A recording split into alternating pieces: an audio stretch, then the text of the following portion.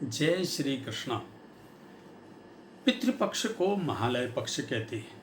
यह पितरों को प्राप्त पक्ष है। इसमें किया गया कार्य जप तप दान पुण्य यजन पूजन तर्पण हवन सब पितरों को प्राप्त होता है।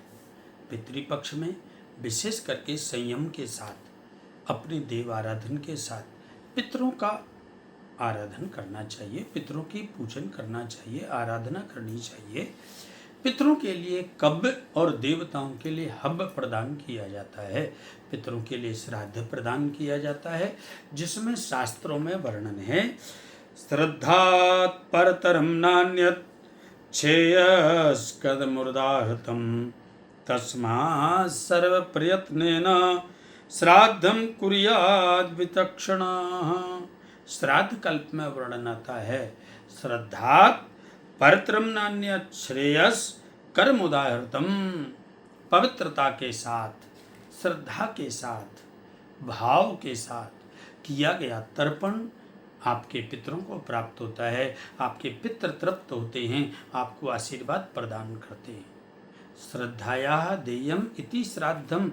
जो श्राद्ध से किया गया कर्म है उसे श्राद्ध कहा जाता है। पितरों को श्रद्धा के साथ, भाव के साथ, पवित्रता के साथ, शांति के साथ, समता के साथ, एकता के साथ एवं एकदम शुद्ध मन से करने वाला कार्य है श्राद्ध। श्राद्ध में स्नान, तर्पण, दान, जप, हवन का बहुत बड़ा है महत्व। किस समय श्राद्ध करें? श्राद्ध करना की श्रेष्ठ बेला है कुतप बेला। यह मध्याह्नकालीन बेला में अभिजित मुहूर्त के जैसी होती है।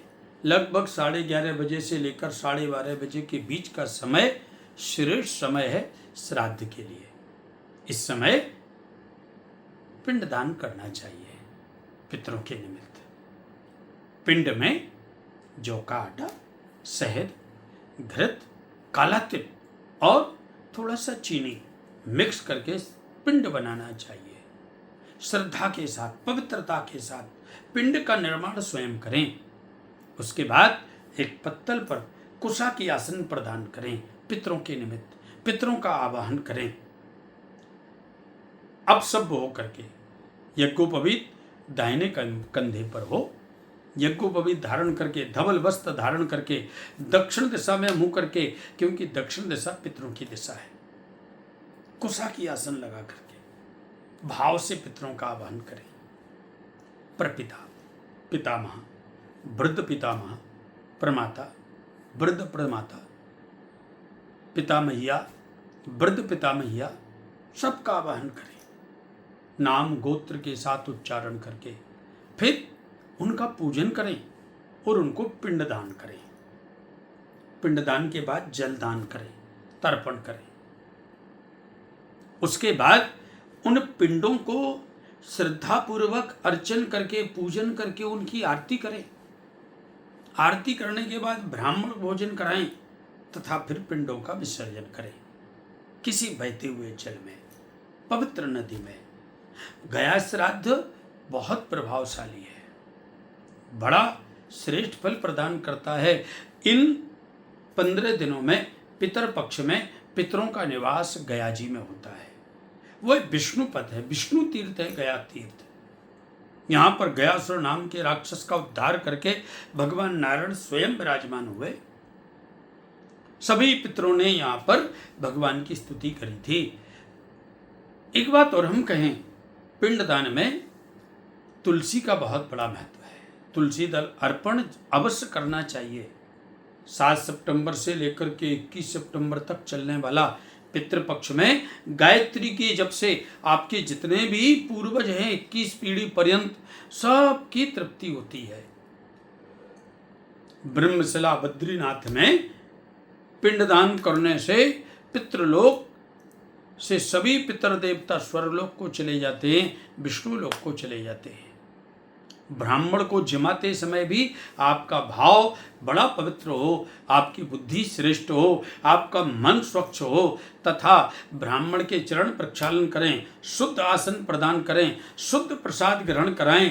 पितरों को प्रसाद अर्पण करने के बाद गोग्रास, श्वान और काकबलि निकालने के बाद ब्राह्मण को जिमाएं तथा ब्राह्मण को दक्षिणा देकर के श्रद्धा के साथ विदा करें।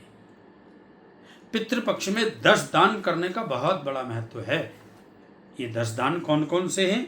इसमें एक दान कहा गया है जिसमें गौदान, भूमि दान, तिलदान, स्वर्ण दान, घृत दान, वस्त्र दान, धान्य दान, गुड़ दान, रजत दान और लवण कहते हैं नमक को, नमक का दान। ये 10 प्रकार का दान बड़ा ही श्रेष्ठ फल प्रदान करने वाला होता है।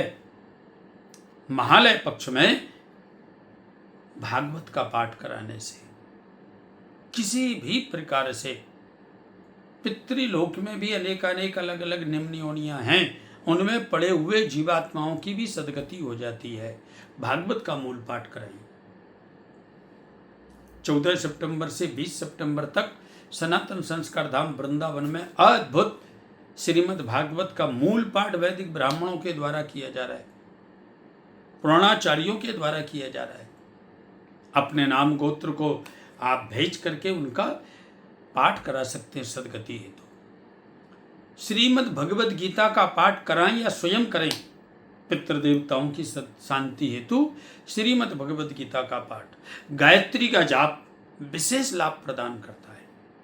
तथा पितृपक्ष में ब्रह्मचर्य का पालन करना, एक समय प्रसाद ग्रहण करना, एक वस्त्र को धारण करके तर्पण मार्जन करना तथा किसी भी तीर्थ में वास करते हुए ब्राह्मणों को प्रणाम करना, गुरु को प्रणाम करने से सभी प्रकार के योनियों में रहने वाले पितरों की सदगति होती है।